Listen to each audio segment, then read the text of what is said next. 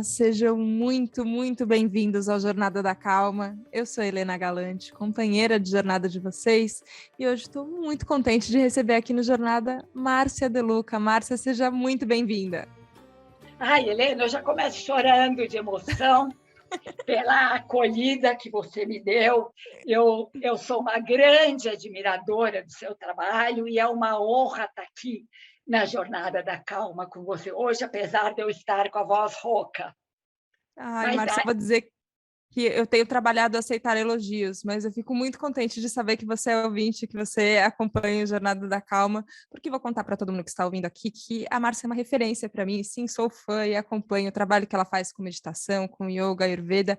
Foi uma das primeiras conversas que eu tive na coluna Natal Felicidade lá atrás, e você me contou da sua história e eu fiquei tão encantada, não tem outra palavra, pela força que você teve, pela determinação e pelo poder de inspirar que você tem em tantas pessoas. Então, é muito contente a gente poder estar hoje aqui juntas conversando. E eu acho que tem isso de olhar para alguém e falar, olha, dá para fazer como essa pessoa fez. Talvez não seja a mesma história, talvez sejam outras coisas que a gente vai passar, mas dá para ter essa mesma postura.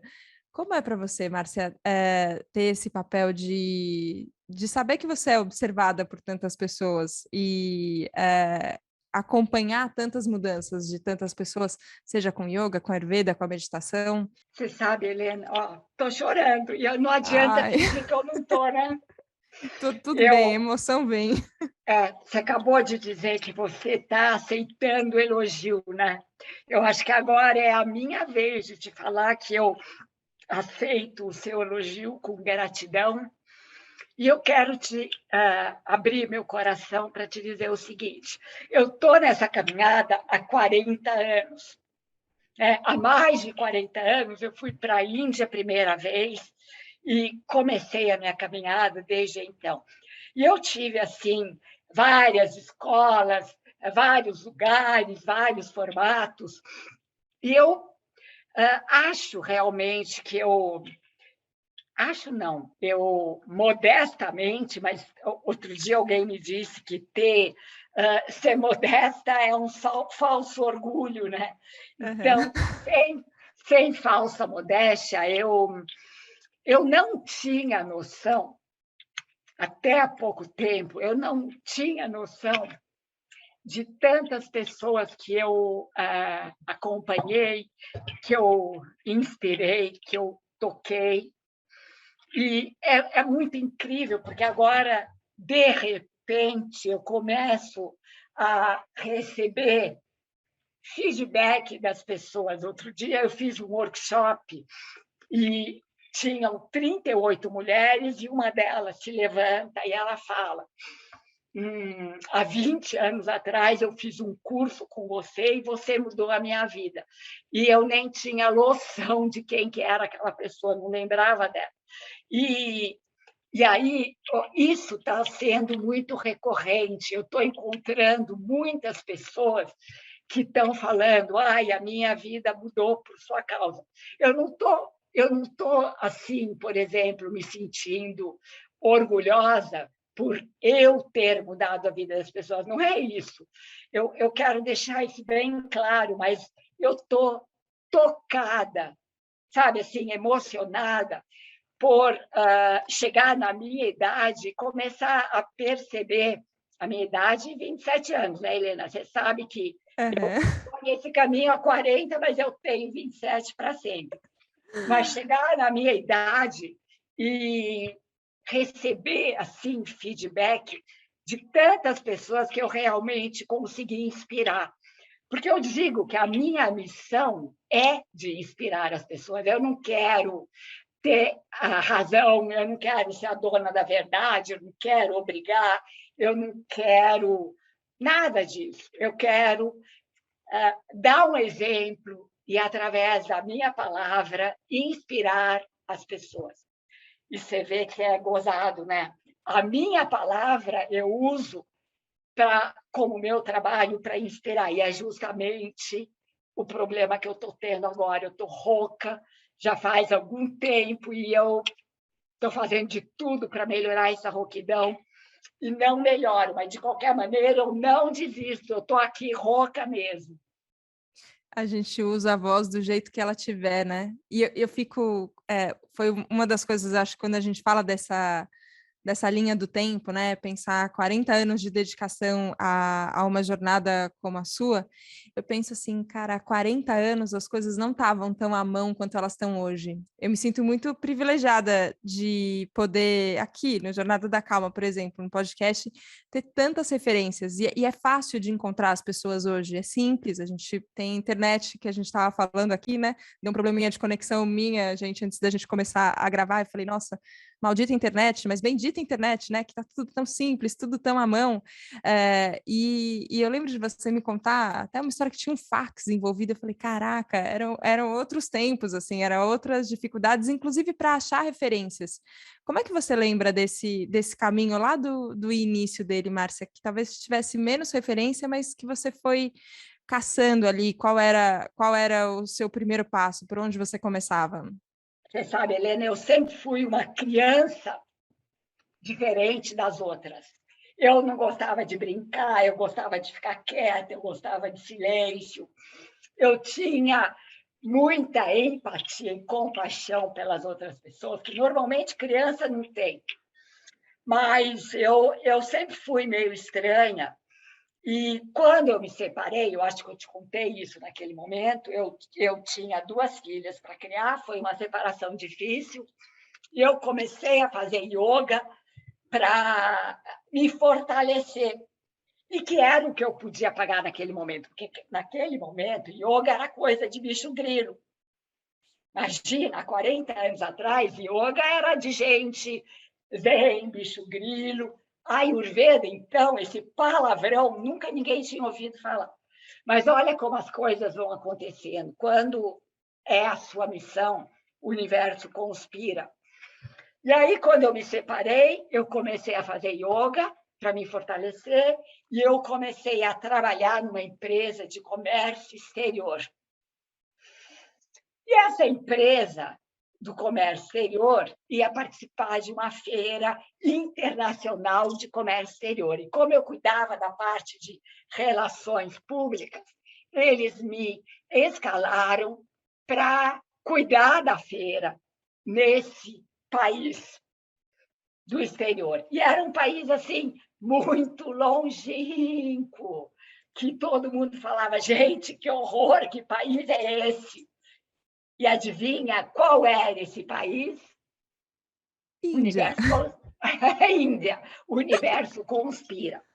Então, há 40 anos atrás, Helena, quando eu tinha 30 anos, 29 anos, porque eu vou fazer 70 anos, eu fui mandada para a Índia e eu desembarquei naquele país às 3 horas da manhã, com 30 anos, sozinha. E eu saí do aeroporto, aquela enxurrada de gente, de mendigo, de gente me puxando, de táxi, uma coisa de gente leprosa. E eu pensei assim comigo, eu comecei a chorar, eu falei, eu quero voltar, eu quero a minha mãe, o que eu estou fazendo aqui? Eu entrei num desespero total. Mas como não dava para voltar, naquele momento, era 3 horas da manhã, eles tinham mandado me receber e eu fui para o hotel e comecei, e fui dormir, e aí comecei a trabalhar, porque eu tinha que montar o stand da feira, da minha empresa, na feira. E aí, conversa vai, conversa bem, foi indo, eu montei o stand. Eu não sei se naquele momento eu te disse que eu conheci a Indira Gandhi, não sei se eu te disse naquele momento. Não me contou.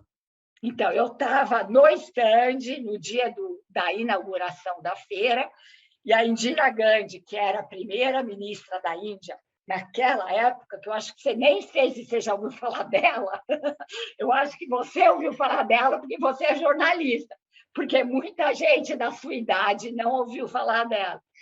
Era a primeira ministra da Índia, ela foi inaugurar a feira. e tinha o pavilhão do Brasil, que era um pavilhão com todas as empresas brasileiras que estavam lá.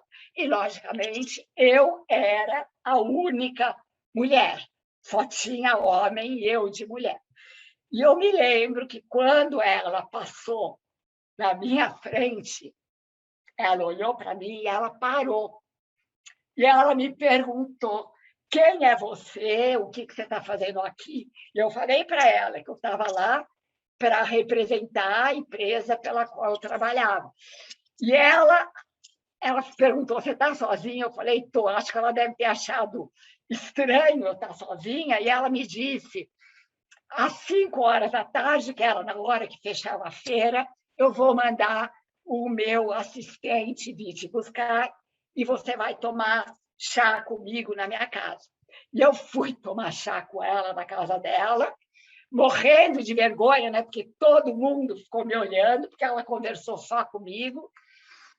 E ela me disse: olha, eu não tenho muito tempo para dedicar para você, mas eu vou botar uma pessoa junto com você para te levar onde você quiser. E durante um mês, Helena, ela me deixou essa pessoa comigo, que me levava para todos os lugares, porque final de semana eu podia viajar, porque a feira fechava. E aí eu fui para Rishikesh, que eu não sei se você já ouviu falar, que é a capital mundial do yoga, e lá eu comecei a ver coisas de Ayurveda, e eu entrei numa livraria para comprar o livro, só tinha livro em hindi, que eu não entendia nada. E, de repente, eu vi uns livros de um tal de Deepak Chopra, que naquela época também, sei lá quem que era Deepak Chopra. Peguei e comprei os livros, porque eram em inglês. E ele já morava em Boston, nos Estados Unidos. Eu comecei a ler todos os livros, me encantei com a Ayurveda e eu falei: isso é a salvação da humanidade, yoga, meditação e a Ayurveda. E aí eu sempre falo, né? Eu sempre tenho a ideia certa no momento errado. Eu tive a ideia certa 40 anos antes dela se tornar conhecida, porque hoje em dia todo mundo sabe, está na moda. Bom, aí, Helena, eu volto para o Brasil e eu nunca via televisão, eu não vejo televisão. As minhas filhas tinham ido passar o final de semana com o pai delas. E eu estava no domingo em casa esperando as minhas filhas chegarem. Aí eu digo: o meu dedinho, não fui eu, foi o meu dedinho, ligou a televisão. E sabe o que estava passando na televisão? O tal do Deepak Chopra e o centro dele em La Jolla, na Califórnia. Então, aquele indiano que eu tinha comprado os livros, ele já tinha um centro em La Jolla, em San Diego, na Califórnia. E eu pensei assim comigo: eu quero ir para esse lugar, eu quero falar com esse homem, eu quero abrir um centro no Brasil. Só que computador nem tinha, telefone celular muito menos. Eu passei um fax. Para o Chopra Center e falei: olha, eu sou fulana de tal, eu sou brasileira, eu quero uma reunião com o Deepak Chopra, porque eu quero abrir um centro no Brasil. E aí veio outro fax dizendo: olha, o Deepak Chopra não recebe mais ninguém, ele está muito ocupado e ele não quer abrir um centro no Brasil. E eu continuei mandando fax dizendo que eu queria, até o momento em que eles me convidaram, quer dizer, me convidaram eu pagando e bem caro, né? Uhum. Para fazer uma semana, 10 dias de Panchakarma, que são 10 dias daqueles tratamentos de purificação de Ayurveda. Aí eu fui, cheguei lá, eu comecei a falar: eu quero falar com o Deepak Chopra, eu quero falar com o Deepak Chopra. E eles me dizendo: Deepak Chopra não está nos Estados Unidos, você não vai poder falar com ele. Um belo dia eu estava descendo as escadas, eu tinha acabado de fazer a meditação da tarde, e eu estava descendo, tinha alguém subindo.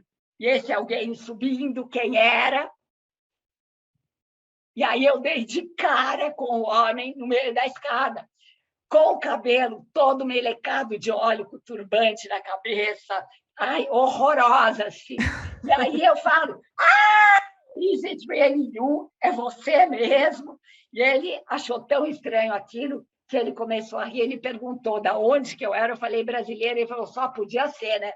Para fazer esse escândalo na escada. Aí ele me chamou para conversar, eu comecei a conversar com ele, e aí começou a minha formação. Eu fiquei 3 anos indo e vindo nos Estados Unidos para estudar com ele. E aí eu abri realmente a minha escola, que se chamava CIMA, que era Centro Integrado de Yoga, Meditação e Ayurveda.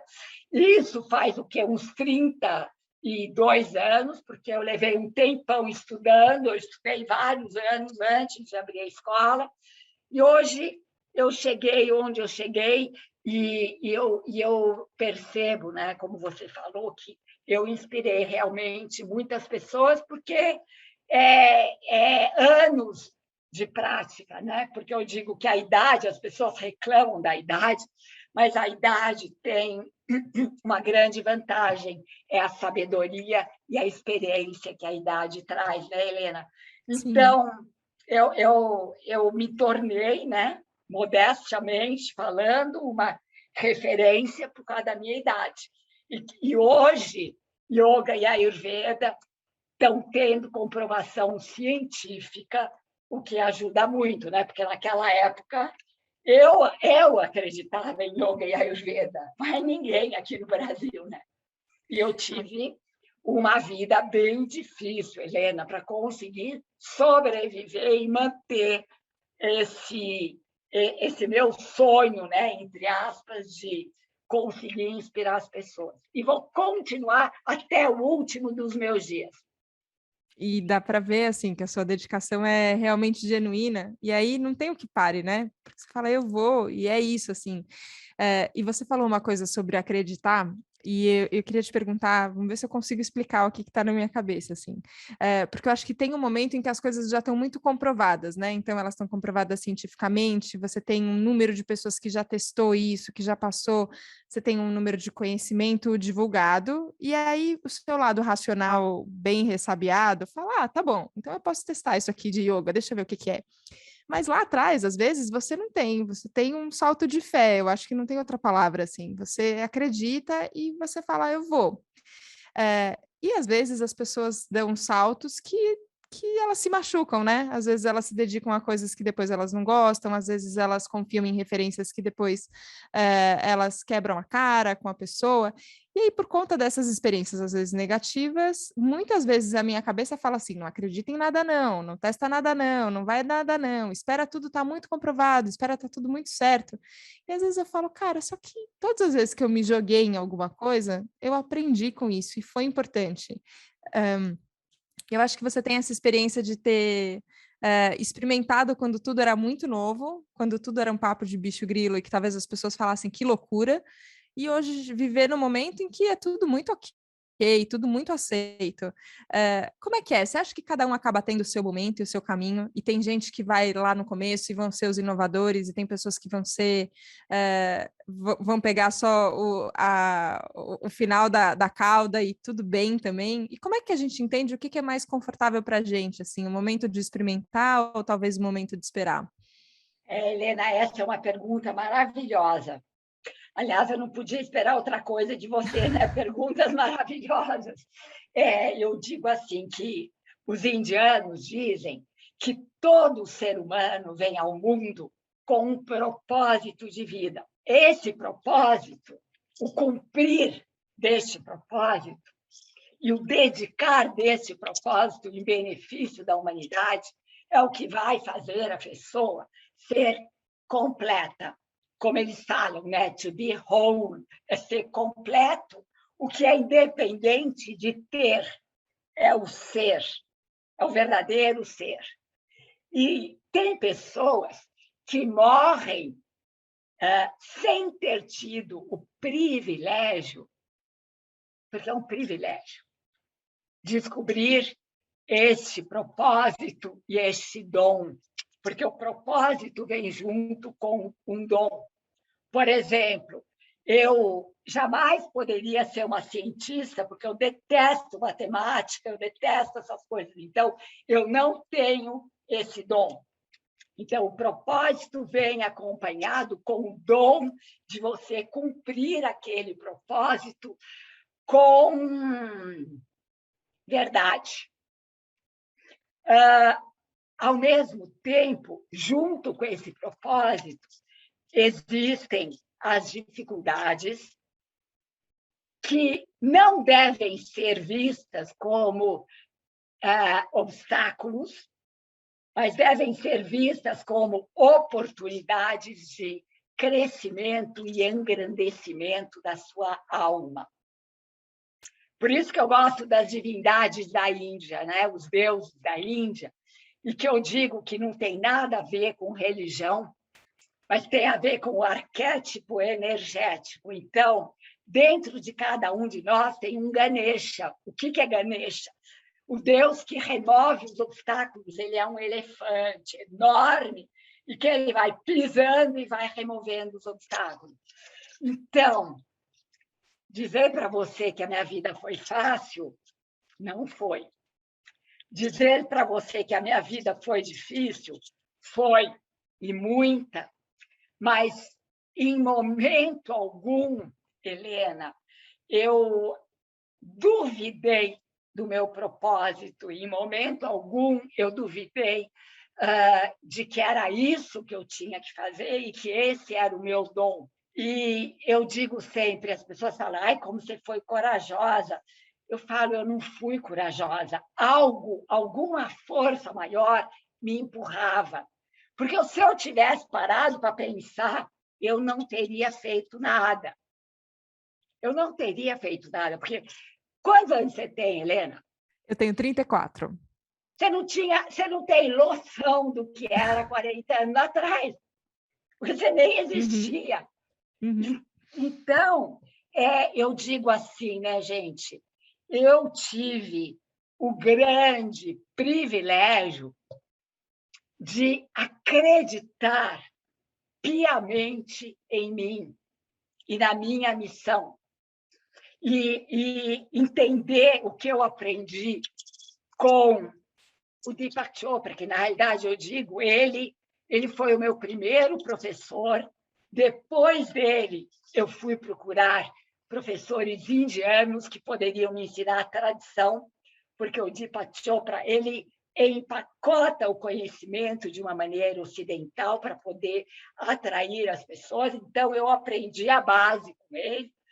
Mas, logo que eu comecei a estudar com ele, Helena, ele dizia o seguinte: as coisas são como elas têm que ser, mas existe no universo uma força maior que orquestra o mundo da maneira como ela tem que ser. E que nós temos que entender que atrás de cada adversidade da vida existem sementes de infinitas possibilidades de crescimento. E quando ele disse aquilo, eu pensei assim comigo: esse vai ser o meu mote de vida. Cada obstáculo, cada dificuldade vai ser uma alavanca para eu dar um salto quântico. Um saltinho, vários saltinhos quânticos, que hoje em dia eu vejo que me deram um saltão, um salto quântico realmente, e que eu venci. E eu digo, com todas as dificuldades que eu tive na vida, eu tenho o maior orgulho de mim por eu ter vencido, modéstia à minha parte. Porque se tivesse sido fácil, acho que não teria tanto valor como tem eu ter me esforçado, porque eu me esforcei muito, muito mesmo, mas hoje em dia eu digo, eu colho os frutos e o fato de eu inspirar as pessoas é o meu grande pagamento, né? Entre aspas, porque não é uma questão de dinheiro, lógico que tem dinheiro envolvido, porque eu tenho que sobreviver, é o meu trabalho, mas é uma grande uma grande assim felicidade eu saber que eu posso inspirar as pessoas através de algo que eu acreditei piamente. Eu jamais tive dúvida de que não era o que eu queria e que não era o tripé, porque eu digo que é o tripé do equilíbrio do ser humano: yoga, meditação e Ayurveda. Nossa, eu estou muito emocionada, porque a hora que você fala sobre o privilégio de acreditar em si mesmo, né? E falar, cara, é comigo, eu posso contar comigo, e eu vou. E, ao mesmo tempo, tem uma postura tão aberta para a vida, assim, porque as coisas acontecem e você fala, tá bom, então é com isso que eu vou. E acontece outra coisa, você fala, puta, eu não queria, mas ok, é com isso que eu vou também. E eu vou, e eu vou. E você tem uma sensação de gratidão muito grande, não só pelas pessoas, mas pelas coisas que aconteceram. E eu fico pensando se... tem vezes que eu sou bastante severa comigo, assim, sabe? E eu falo, você é fraca, você não está acreditando em você, você isso, você aquilo. E a gente fica dizendo essas coisas ruins sobre a gente mesmo, como se fosse isso que fosse levar a gente mais para frente. E aí eu vejo e falo, não, talvez seja o caminho mais de agradecer, talvez seja o caminho de entender as suas escolhas também. Claro, de buscar fazer escolhas melhores, de continuar aprimorando. Eu acho que tem nessas 3 áreas, tem uma lição de disciplina muito importante para a gente aprender também, né? As coisas vêm da nossa dedicação a elas também. Não é que cai do céu, né? A gente vai construindo, vai alicerçando todas essas coisas, mas tem também uma lição de gratidão e de carinho com a gente, né? E às vezes a gente não coloca isso, né? Disciplina como uma forma de ser carinhoso consigo mesmo. Parece que a disciplina, por exemplo, a dedicação, ela está sempre na chave do ruim, né? Sempre na chave do sacrifício. Mas eu não sei, me veio agora na cabeça, já te falei 1 milhão de coisas, Márcio, mas me veio, estou deixando seguir. Um documentário sobre Yogananda, e que ele falava justamente dos mestres indianos, e como eles eram severos, e o ego era massacrado na força, assim, não era no carinho, não. E eu fico pensando isso, que você teve o contato com essa linha muito tradicional também, mas você, ao mesmo tempo, é muito carinhosa e muito generosa na sua fala. Como é que você combinou tudo isso, Márcia? Eu quero falar várias coisas aqui, Helena. Tudo, vamos lá. Você disse que você, muitas vezes, você se pega falando, você é fraca, você isso, você é aquilo. Um grande ensinamento dos mestres indianos é que nós somos como a flor de lótus. Então, o que é a flor de lótus? As raízes da flor de lótus nascem do lodo, da terra suja, lodo, e se desabrocham em pétalas imaculadas. E se você quiser pegar o lodo da raiz e esfregar na pétala, a pétala não suja, ela é impermeável. Essa é a flor símbolo da Índia, porque ela representa a nossa dualidade. O santo, o profano, o divino, o diabólico, o bem, o mal, a luz, a sombra, que faz parte intrínseca do nosso ser. Nós temos que abraçar a nossa sombra, aceitar, por exemplo, a nossa fraqueza, por que não? Ela faz parte da gente, mas a gente tem que ir além da fraqueza, sair do lodo e buscar o resplandecer das pétalas. E a gente tem que sair do papel de vítima. Ai, coitadinha de mim, eu sou a fraca. Eu sou fraca. Tá ótimo, eu tenho direito de ser fraca. Mas da mesma maneira que eu sou fraca, eu sou forte, corajosa e eu consigo. Eu saio da vitimização e entro. O que eu tenho para aprender com isso? Como eu vou me tornar um ser humano melhor, indo além da minha fraqueza? Na realidade, o Deepak Chopra fala: coitado de quem não tem sombra, porque quem não tem sombra não tem luz. Só pode se dar ao luxo de ser fraco quem é forte. Então, se você tiver esse pensamento, você está feito na vida, porque nada é problema. Então, isso me acompanhou desde sempre. E aí vem aquele negócio da disciplina, né? Os indianos ensinam 3 pontos para a gente vencer na vida. E uma das minhas alunas chamou isso de trio maravilha. Eu dou crédito para ela, mas eu uso o trio maravilha. O que é o trio maravilha? É você ter a intenção. Você precisa querer. Porque se você não quiser, você não vai a lugar nenhum. O segundo ponto é disciplina. Disciplina da prática diária, porque é repetindo que você vai formar o hábito. E como bem disse a doutora Shona Shapiro, que é uma das grandes estudiosas do comportamento do pensamento humano, ela disse: tudo o que você repete se fortalece. Então, a gente tem que repetir, repetir, repetir com disciplina. E o terceiro componente do trio maravilha, Helena, é o tempo. Você tem que dar tempo ao tempo. A gente tem que sair desse imediatismo, a gente quer tudo para ontem. E, na realidade, é a vida inteira.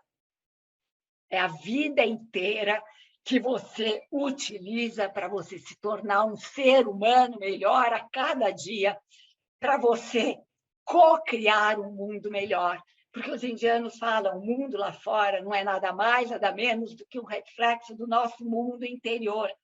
Então, se o mundo está no caos, é porque nós estamos no caos. Então, o trio maravilha é imprescindível. E agora, voltando no Yogananda, que eu amo de paixão. Ninguém no Brasil imagina o que é um mestre, um guru da Índia. Eles são extremamente rígidos, eles não têm metodologia, eles não explicam que é o método deles. Você já ouviu falar do método Iyengar de yoga? Sim. Eu já era formada professora de yoga no Brasil, quando eu fui fazer uma especialização com a Iyengar na Índia, que era o método atual. Ele criou um método diferente, que usa aqueles props, né? Que é o mofadão, que acorda, etc. Então, que eu nunca tinha aprendido isso. Eu cheguei lá, Helena, depois de um mês eu voltei com a perna roxa, porque ele me dava varada na perna, porque eu não conseguia, não sabia fazer aquilo. Eu estava lá para aprender. Eles são tão rígidos que a disciplina é tudo. Sem disciplina, você não vai a lugar nenhum. Isso, em sânscrito, se chama tapas, que é a disciplina de você repetir, repetir, repetir e se esforçar. Então, os mestres indianos, eles são realmente super rígidos. Mas o que quer dizer guru? Você sabe o que quer dizer guru em sânscrito? Não sei. Guru é aquele que tira a escuridão para promover a luz.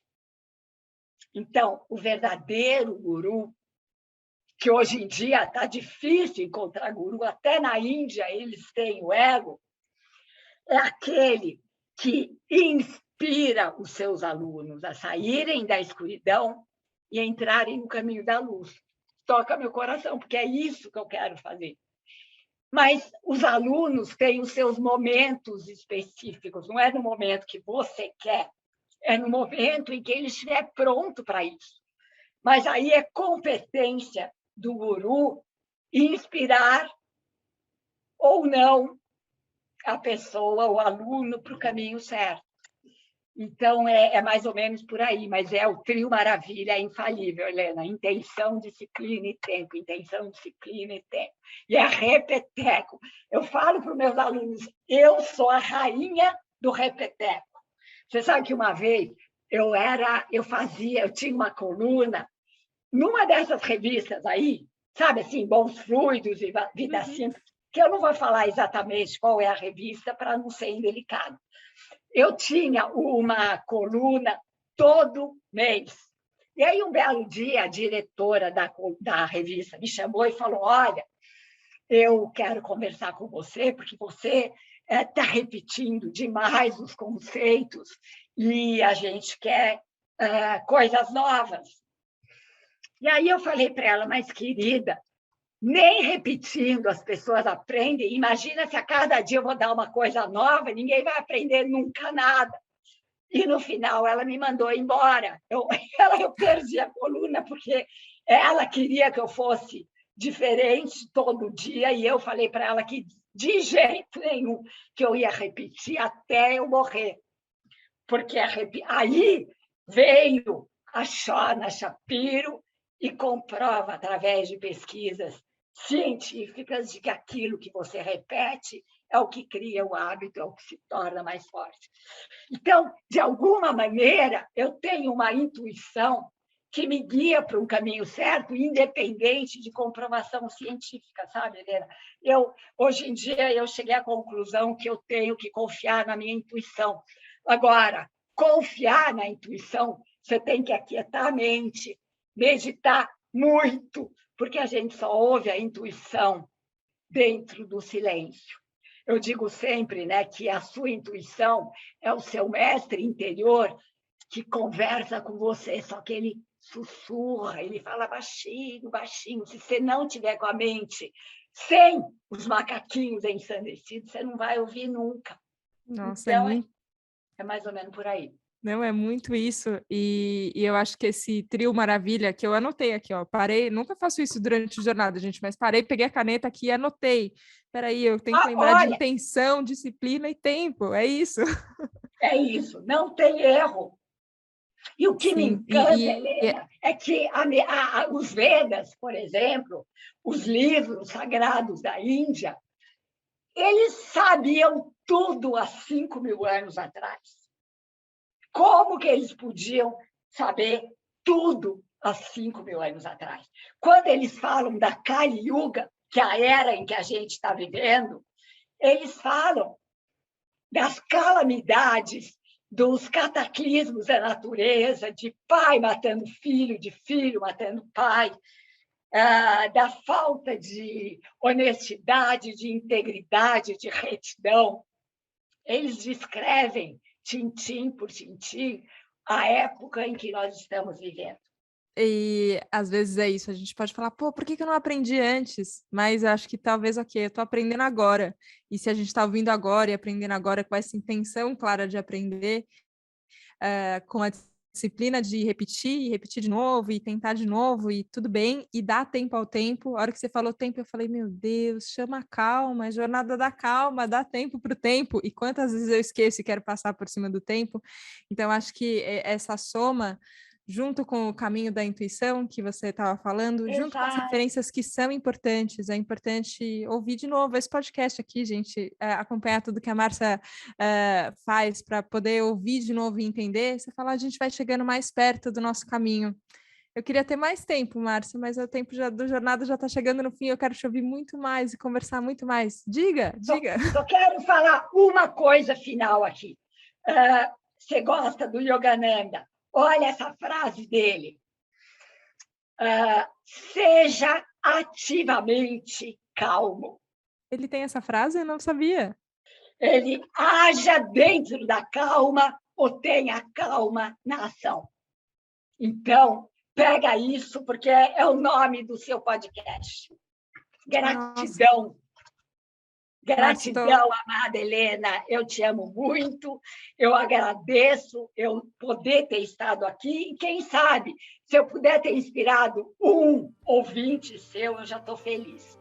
Eu estou muito, muito contente, estou encantada, coração muito alegre. Obrigada por todo o amor, por todo o carinho. Beijo. Um grande beijo. Obrigada a você que nos acompanhou hoje aqui no Jornada da Calma. Que Jornada da Calma inspirador, meu Deus do céu. Obrigada, Márcia, de coração. Obrigada a você que nos acompanhou. Querida. A gente se vê na próxima segunda, no próximo Jornada da Calma, combinado? Um beijo, tchau, tchau.